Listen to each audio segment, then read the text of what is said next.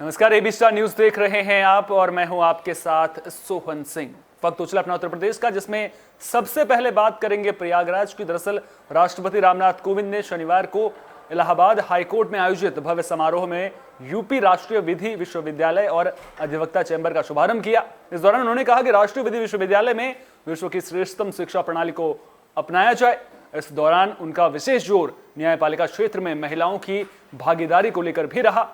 उन्होंने कहा कि राष्ट्रीय विधि विश्वविद्यालय देश में विधि के क्षेत्र में एक नया आयाम स्थापित करेगा। यहां पर दुनिया की श्रेष्ठतम शिक्षा प्रणाली को अपनाया जाएगा ताकि आने वाली पीढ़ी को गुणवत्ता युक्त कानून की शिक्षा मिल सके और वो न्याय के क्षेत्र में नया आयाम स्थापित कर सके। विश्वविद्यालय में महिला शिक्षकों में छात्राओं की भी बराबर संख्या में भागीदारी सुनिश्चित की जानी चाहिए। राष्ट्रपति ने कहा कि राष्ट्रीय विधि विश्वविद्यालय और अधिवक्ता चैंबर का शिलान्यास करके उन्हें काफी खुशी हुई। न्यायाधीशों की संख्या की दृष्टि से इलाहाबाद हाईकोर्ट सबसे बड़ा कोर्ट है। इलाहाबाद हाईकोर्ट की परंपरा मदन मोहन, मोतीलाल, कैलाशनाथ काटजू आदि ने इसी परिसर से भारत इतिहास के गौरवशाली इतिहास लिखे। उच्चतम न्यायालय में 33 में से 4 महिलाएं, जो सबसे अधिक हैं। महिलाओं में न्याय प्रदान करने का प्राकृतिक गुण होता है, उनमें सबको न्याय देने की क्षमता होती है। न्यायपूर्ण समाज की स्थापना तभी संभव होगी जब महिलाओं की भागीदारी बढ़ेगी। आज न्यायपालिका के क्षेत्र में महिला जजों की संख्या 12% से भी कम है। महिलाओं की संख्या को बढ़ाना होगा। इस हाईकोर्ट में महिलाओं की संख्या अधिवक्ता, अधिकारी और न्यायाधीश के रूप में बढ़ेगी, ऐसी उम्मीद है। सामान्यतया लोग न्यायपालिका से मदद लेने से हिचकिचाते हैं। सभी को न्याय मिले, सभी को समझ में आने वाली भाषा में फैसला हो। इलाहाबाद हाईकोर्ट में पहली बार 1921 में महिला जज की नियुक्ति की गई थी।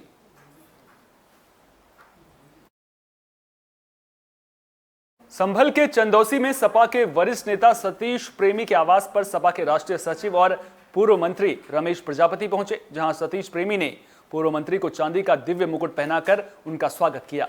पूर्व मंत्री ने बताया कि इस बार 2022 के विधानसभा चुनाव में समाजवादी पार्टी बीजेपी को सबक सिखाने के लिए छोटे दलों के साथ गठबंधन करेगी।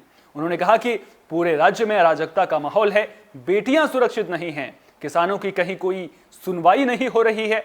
उन्होंने दावा किया कि राज्य में सपा की लहर है। 2022 में राज्य की सत्ता सपा के हाथ में रहेगी और अखिलेश यादव राज्य के मुख्यमंत्री बनेंगे। देखिए, ये कार्यक्रम ये चंदौसी या संभल का नहीं है। ये आज हमारा 132वां दिन है और हम इसलिए चले हैं क्योंकि ये गरीब जातियां बड़ी भोली भाली हैं और ये धर्म और आस्था और मंदिर और मस्जिद के नाम पर ये जो रास्ता अपनाना चाहिए उस रास्ते से हटकर। प्रतापगढ़ में कॉलेज के सामने छेड़खानी कर रहे दबंगों का विरोध करना कॉलेज संचालक और उसके पड़ोसी दुकानदार को महंगा साबित हुआ है। दबंगों ने छेड़खानी का विरोध करने पर कॉलेज संचालक और पड़ोसी दुकानदार को गोली मार दी और मौके से फरार हो गए। इस घटना को आधा दर्जन से अधिक बाइक सवार असलहों से लैस दबंगों ने अंजाम दिया। यह घटना रानीगंज थाने के स्थानीय कस्बे के सिराजुद्दीन मेमोरियल कॉलेज के सामने की बताई जा रही है। आपको बता दें कि प्रतापगढ़ के रानीगंज बाजार में लखनऊ वाराणसी हाईवे पर स्थित सिराजुद्दीन मेमोरियल कॉलेज के सामने खड़े कॉलेज के प्रबंधक सलीम, संचालक फारूक और पड़ोसी दुकानदार मुख्तार को लक्ष्य कर ताबड़तोड़ फायरिंग की गई। सुबह 9 बजे हुए इस गोलीबारी में कॉलेज संचालक के हाथ में और दुकानदार मुख्तार की बाहां और कंधे के पीछे 2 गोलियां लगी हैं। इस दौरान स्कूल प्रबंधक सलीम बाल बच गए। 3 बाइकों से आए सशस्त्र आधा दर्जन से ज्यादा दबंगों ने घटना को अंजाम दिया। दोनों घायलों को आनन फानन में मेडिकल कॉलेज ले जाया गया, जहां कॉलेज संचालक खतरे से बाहर बताया जा रहा है, जबकि दुकानदार की गंभीर हालत को देखते हुए डॉक्टरों ने उन्हें प्रयागराज रेफर कर दिया है। थाने से महज 1 किलोमीटर की दूरी पर हुई वारदात की सूचना पाकर स्थानीय पुलिस और सीओ रानीगंज भी मौके पर पहुंच गए। इस संबंध में एसपी ने सतपाल एंटिल ने बताया कि 2 लोगों को गोली लगी है। गत सप्ताह कॉलेज की छात्राओं के साथ छेड़खानी कर रहे युवकों को कॉलेज संचालक ने फटकार लगाई थी, जिसके चलते इस वारदात को अंजाम दिया गया है। देवता जीशान है और उसके कुछ दोस्त जाते हैं, छेड़खानी कर रहे थे। मैंने विरोध किया। जब मैंने विरोध किया, धनकुल की देने लगे, मैं गया थाने, एप्लीकेशन दिया। उसके नाराज होकर के वो आज मेरे ऊपर बात की। देखिए, सुबह सूचना मिली थी कि दरियापुर पावर हाउस के पास में रानीगंज थाना क्षेत्र में गोली चलने की सूचना मिली थी। तत्काल मौके पर सीओ रानीगंज मैं फोर्स के वहाँ पर पहुँचे। तो उसमें पता चला कि एक स्कूल संचालक और एक उनके साथी को उनको कुछ 2-3 लड़कों ने वहाँ पे गोली मारी है। उनके एक के हाथ में और एक के कंधे में गोली लगी है और उनको उपचार हेतु भेजा गया। साथ में सीओ रानीगंज के नेतृत्व में 3 टीमों का गठन करके झांसी रेलवे स्टेशन पर शुक्रवार देर शाम हथियारों से भरा बैग मिलने से हड़कंप मच गया। मौके पर पहुंची आरपीएफ ने बैग को कब्जे में लेकर 2 नामजद और 1 अज्ञात के खिलाफ रिपोर्ट दर्ज कर जांच शुरू कर दी है। आपको बता दें कि आरपीएफ को किसी ने सूचना दी कि तेलंगाना एक्सप्रेस ट्रेन में 2 लावारिस बैग रखे हैं। सूचना पर पहुंची आरपीएफ पुलिस ने गाड़ी संख्या 02732 तेलंगाना एक्सप्रेस के यात्री कोच में जाकर लावारिस बैग को अपने कब्जे में ले लिया। आरपीएफ में बैग की जब जमा तलाशी ली तो उसमें 5 बंदूकें, 23 कारतूस और मोबाइल मिले। इसके साथ ही बैग में आई कार्ड और अन्य पेपर मोहम्मद रफीक और मस्जिद जम्मू कश्मीर के नाम पर लिखे बरामद किए गए हैं। रेलवे पुलिस ने 2 नामजद और 1 अज्ञात व्यक्ति के खिलाफ शस्त्र अधिनियम के तहत मुकदमा दर्ज कर जांच शुरू कर दी है। इस संबंध में एसपी रेलवे मोहम्मद इरफान ने बताया कि मामले को गंभीरता से लेते हुए हैदराबाद और जम्मू कश्मीर की राजौरी पुलिस से संपर्क स्थापित किया जा रहा है।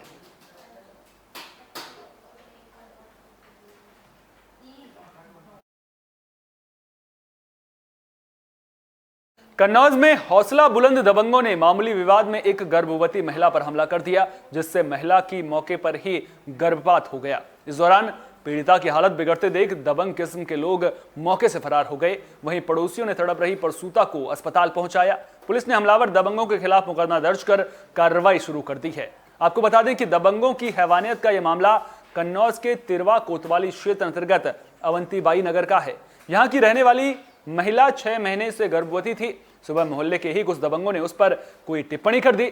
जब महिला ने विरोध किया तो दबंगों ने गाली गलौज करते हुए उस पर लात घूंसों से हमला कर दिया, जिससे महिला के पेट में गंभीर चोट आई है। पेट में गंभीर चोट आने से महिला जमीन पर गिर पड़ी और थोड़ी ही देर में उसका गर्भपात हो गया। कन्नौज के थाना तिरवा क्षेत्र में एक महिला की उसके रिश्तेदार, जो कि रिश्ते में उसके भाई का ससुर लगता है, उसने मारपीट कर दी थी। इस महिला की स्थिति गंभीर हो गई थी। इसमें तत्काल मेडिकल के आधार पर सुसंगत धाराओं में भी पंजीकृत कर लिया गया है। मथुरा में श्री कृष्ण जन्मस्थली से 10 वर्ग किलोमीटर के क्षेत्र में आने वाले 22 नगर निगम वार्डों को यूपी की योगी सरकार की ओर से तीर्थ स्थल घोषित किया गया है। यूपी सरकार के इस फैसले के बाद साधु और संत समाज ने खुशी जताई है। सीएम योगी आदित्यनाथ ने कहा था कि धार्मिक केंद्र के तौर पर मथुरा का विकास उनकी सरकार का मकसद है और उस दिशा में सरकार आगे बढ़ रही है। यूपी सरकार का कहना है कि मथुरा के विकास के लिए किसी भी स्तर पर संसाधन की कमी नहीं होने दी जाएगी। जानकारों का कहना है कि धार्मिक स्थलों को लेकर यूपी सरकार, खासतौर पर सीएम योगी आदित्यनाथ पहले से गंभीर रहे हैं। वो मथुरा जब भी आते रहे हैं तो एक बात कहा करते थे कि अयोध्या और वाराणसी की तर्ज पर मथुरा का विकास हो। वो उनकी दिली इच्छा भी रही है। इसके साथ ही मथुरा के संत समाज की भी मांग रही है कि धार्मिक पर्यटन के तौर पर मथुरा उपेक्षा का शिकार रहा है। यूपी सरकार के फैसले को सियासी तौर पर देखें तो 2017 के चुनाव में इस इलाके से बीजेपी को जबरदस्त कामयाबी मिली थी और उस समय भी बीजेपी ने लोगों से वायदा किया था कि श्री कृष्ण जन्मस्थली के विकास में उनकी सरकार कभी पीछे नहीं हटेगी।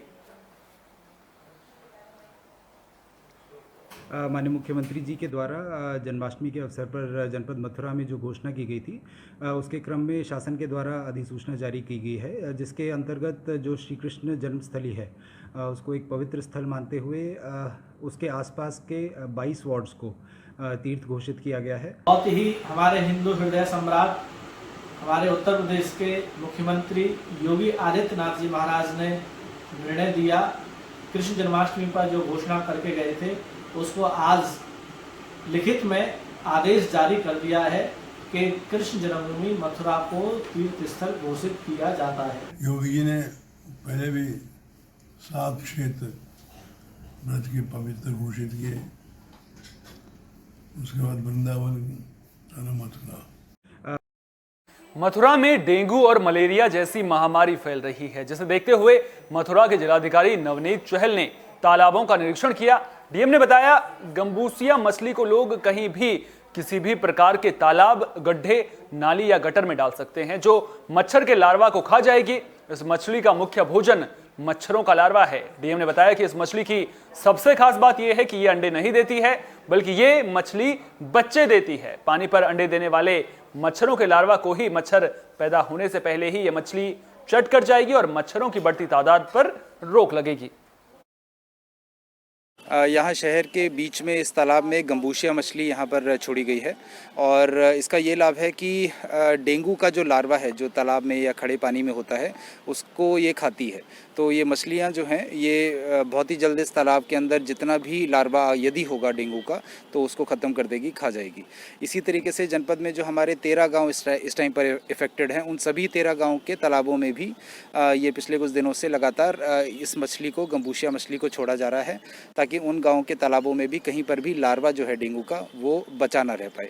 सितंबर का महीना इसीलिए अच्छा भी है क्योंकि एक ये मछली लगभग 100 से 200 अंडे देकर और प्रजनन के बाद 100 से 200 गुना हो जाती है। तो यहाँ 500 मछलियाँ अभी छोड़ी गई हैं इस तालाब में। ये 500 मछलियाँ 50,000 से लेकर 1 लाख में इसी महीने के अंत तक ये बढ़ जाएंगी और यहाँ का जो लार्वा है उसको अभी तत्काल ये मछलियाँ जो है खाकर ख़त्म कर देंगी। जिले के मनकापुर कोतवाली क्षेत्र के जिगना चौक इलाके में पुलिस और बदमाशों के बीच मुठभेड़ हो गई, जिसके बाद पुलिस ने थानेदार पांडे नामक एक बदमाश को धर दबोचा। दरअसल कोतवाली पुलिस क्षेत्र में गश्त कर रही थी। इसी दौरान अपराध के इरादे से जा रहे बदमाश थानेदार पांडे की पुलिस से मुठभेड़ हो गई। दोनों ओर से की जा रही फायरिंग में पुलिस की गोली बदमाश के पैर में लग गई, जिसके चलते वो गंभीर रूप से घायल हो गया। इस दौरान कोतवाली क्षेत्र के जिगना चौकी इंचार्ज राकेश ओझा को भी चोट आई है। चौकी इंचार्ज राकेश ओझा और बदमाश थानेदार पांडे को इलाज के लिए सीएचसी लाया गया है, जहां दोनों लोगों का मेडिकल कराया जा रहा है। वहीं 2 अन्य बदमाश अंधेरे का फायदा उठाकर मौके से भागने में कामयाब रहे, जिनकी पुलिस और स्वाट टीम सरगर्मी से तलाश कर रही है। पुलिस के मुताबिक बदमाश थानेदार पांडे पर कई आपराधिक मामले दर्ज हैं और पुलिस को उसकी काफी दिन से तलाश भी थी। थाना मनकापुर जनपद गोंडा पुलिस अधीक्षक महोदय के निर्देशानुसार अपराध की रोकथाम के लिए अपराधियों की धरपकड़ के लिए क्षेत्र में गश्त की जा रही थी। थाना मनकापुर क्षेत्र के चौकी जिगना क्षेत्र में प्रभारी निरीक्षक मनकापुर और चौकी इंचार्ज जिगना के साथ एक एचएस राम सजीवन उर्फ थानेदार की जो थाने का सक्रिय एचएस अपराधी है। पीलीभीत की कोतवाली पूरनपुर क्षेत्र से एक हैवानियत भरा मामला सामने आया है, जहां एक युवती को शादी का झांसा देकर उसका मुंह काला कर दिया गया। पीड़िता ने मामले की लिखित तहरीर पुलिस को दी है, लेकिन पुलिस ने अभी तक आरोपी के खिलाफ कोई कार्रवाई नहीं की है, जिससे पीड़िता न्याय के लिए दर दर की ठोकरें खाने को मजबूर है। पूरनपुर गांव की रहने वाली एक युवती को एक युवक ने अपने प्रेम जाल में फंसा लिया, जिसके बाद आरोपी युवक ने युवती को अपना जन्मदिन बताकर अपने पास बुलाया और कोल्ड ड्रिंक में नशीला पदार्थ खिलाकर रेप की वारदात को अंजाम दिया। यही नहीं, युवक ने युवती के साथ किए गए रेप की घटना का वीडियो बनाकर उसे ब्लैकमेल भी कर रहा था। पीड़िता ने बताया कि दरिंदे युवक ने रेप का वीडियो सोशल मीडिया पर वायरल करने की धमकी देते हुए युवती के साथ पिछले 1 साल से रेप करता रहा। जब इस मामले में पुलिस से शिकायत की तो पुलिस ने पीड़िता की तहरीर पर कोई कार्रवाई नहीं की, जिसके चलते पीड़िता न्याय पाने के लिए अधिकारियों के चक्कर काट रही है।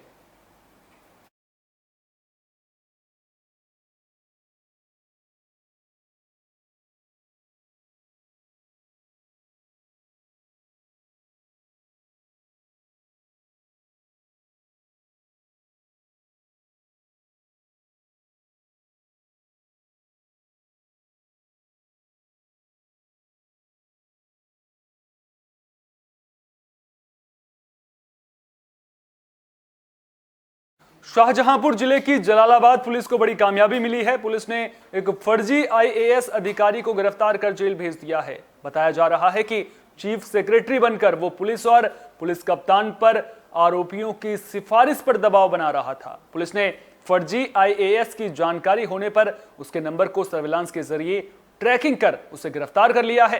गिरफ्तार करने के बाद पुलिस ने फर्जी आईएएस अधिकारी किरण कुमार सिंह चंदेल को डीएम के सामने पेश किया। फिलहाल पुलिस ने आरोपी के खिलाफ केस दर्ज कर फर्जी आईएएस को जेल भेज दिया है। कल रात माननीय मुख्यमंत्री जी की वीसी चल रही थी, तो उस वक्त हम लोग यहाँ वीसी अटेंड कर रहे थे। मेरा जो सीयूजी नंबर है वो मेरे पीआरओ के पास था। तो जब वीसी ख़त्म हुई तो मेरे पीआरओ ने बताया कि इस तरह एक कोई मध्य प्रदेश कैडर के आईएएस हैं जो 85 बैच में बता रहे हैं, के सिंह नाम है इनका। और ये कोई सिफारिश इनकी जलालाबाद की है और वो कह रहे थे कि इंस्पेक्टर जलालाबाद से कह दिया जाए ये नंबर है। तो मैंने इनसे एक बार प्राइमरीली बात की तो मुझे शक हुआ कि जिस ढंग से आपसे बात करते हैं उस तरह की बात नहीं थी। तो इसकी लोकेशन हमने पता कराई, पता चला कि वो ताजनगरी आगरा में नाबालिग बच्चों का एक कारनामा सामने आया है। बच्चों ने रुनकता स्टेशन के बीच ट्रैक पर टिकटॉक पर वीडियो बनाते वक्त चलती ट्रेन में पथराव कर दिया, जिससे गाड़ी संख्या 06249 भोपाल एक्सप्रेस ट्रेन के कोच के शीशे टूट गए। इस दौरान आरपीएफ ने 8-9 नाबालिग बच्चों को मौके से गिरफ्तार कर रेलवे एक्ट के तहत कार्रवाई की है। पथराव करने वाले सभी बच्चे सेक्टर 11 के आवास विकास कॉलोनी के रहने वाले बताए जा रहे हैं। सुबह करीब 6:45 के आसपास सूचना मिली हमारे सिक्योरिटी कंट्रोल को कि गाड़ी संख्या 6249 और गाड़ी संख्या 2155 राजा की मंडी और रुनकता स्टेशन के बीच में सिकंदरा पुलिया है, वहाँ पर 10-12 बच्चों ने पत्थर मारा है गाड़ी में। पत्थर मारने से गाड़ी संख्या 6249 का जो इंजन है उसका लुकिंग ग्लास टूट गया। एक तरफ यूपी की योगी सरकार राज्य में शिक्षा व्यवस्था दुरुस्त करने में जुटी हुई है, वहीं राज्य में सरकारी स्कूलों के शिक्षक सरकार की मंशा पर पानी फेरने का काम कर रहे हैं। ऐसा ही एक मामला यूपी के बाराबंकी से सामने आया है, जहां रामनगर तहसील के सूरतगंज शिक्षा क्षेत्र के रतनपुर कंबोजिट सरकारी स्कूलों के शिक्षक निर्धारित समय को ताक पर रखकर मनमाने तरीके से स्कूल पहुंच रहे हैं। शिक्षकों को समय से स्कूल नहीं पहुंचने के चलते छात्र छात्राओं को घंटों तक शिक्षकों का इंतजार करना पड़ रहा है।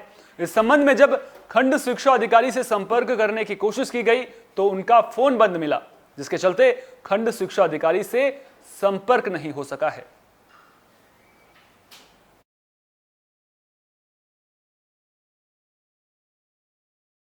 फिरोजाबाद जिले के शिकोहाबाद नगर स्थित लोअर गंगा नहर पर बना नया पुल लोगों के लिए शोपीस साबित हो रहा है। आपको बता दें कि लोअर गंगा नहर पर पुराने पुल को छोटा होने के कारण सरकार ने 2 साल पहले नए पुल का निर्माण करवाया था, लेकिन अभी तक इसे आवागमन के लिए शुरू ही नहीं किया जा सका है। नए पुल के शुरू नहीं होने से लोगों को आवागमन करने में काफी दिक्कतों का सामना करना पड़ रहा है।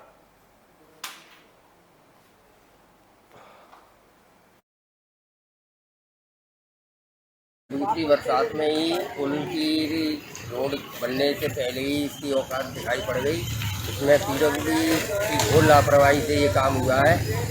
अभी बारिश हुई है, कटान शुरू हो गया, पुल की जड़ दिखाई पड़ने लगी। इसी तरह से माल गोदाम के पास में रोड जो पुल बना हुआ है ओवरब्रिज का, वहाँ पे भी इसी तरह से गड्ढे हो रहे हैं। उसमें बागपत में हो रही बारिश से जनजीवन अस्त व्यस्त हो गया है। भारी बारिश के चलते जिले के कई इलाकों में जलभराव हो गया है, जिसके चलते लोगों को आवागमन करने में काफी दिक्कतों का सामना करना पड़ रहा है। आपको बता दें कि भारी बारिश से आवागमन में हो रही परेशानियों के साथ कई लोगों के घरों के अंदर भी बारिश का पानी घुस गया है।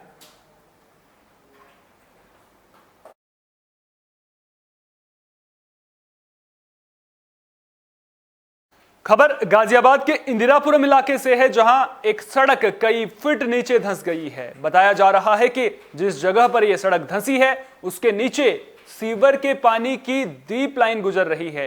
उसमें लीकेज होने की वजह से यहां सड़क धंसी होगी।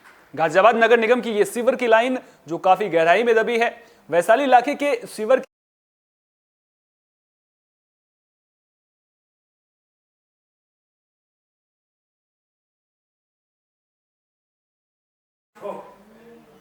तो आपको बता दें कि जो तस्वीरें आप स्क्रीन पर देख रहे हैं, यह खबर आप देख सकते हैं किस तरह से तस्वीरें पूरी कहानी को बयां कर रही हैं। जो सड़क है वो पूरी तरह से धंस गई है, जिसकी वजह से अब निर्माण कार्य को लेकर के सवाल उठ रहे हैं। आपको बता दें कि निगम की जो ये सीवर की लाइन है वो काफी गहराई में दबी है। वैशाली इलाके के सीवर के पानी को इसी पाइपलाइन से गाजियाबाद नगर निगम निकासी करता है। वहीं सड़क के बीचों बीच गड्ढा होने की वजह से लोगों को आने जाने में तो खतरा भी लगातार बना हुआ है। इस बुलेटिन में मेरे साथ इतना ही। दीजिए इजाजत, नमस्कार।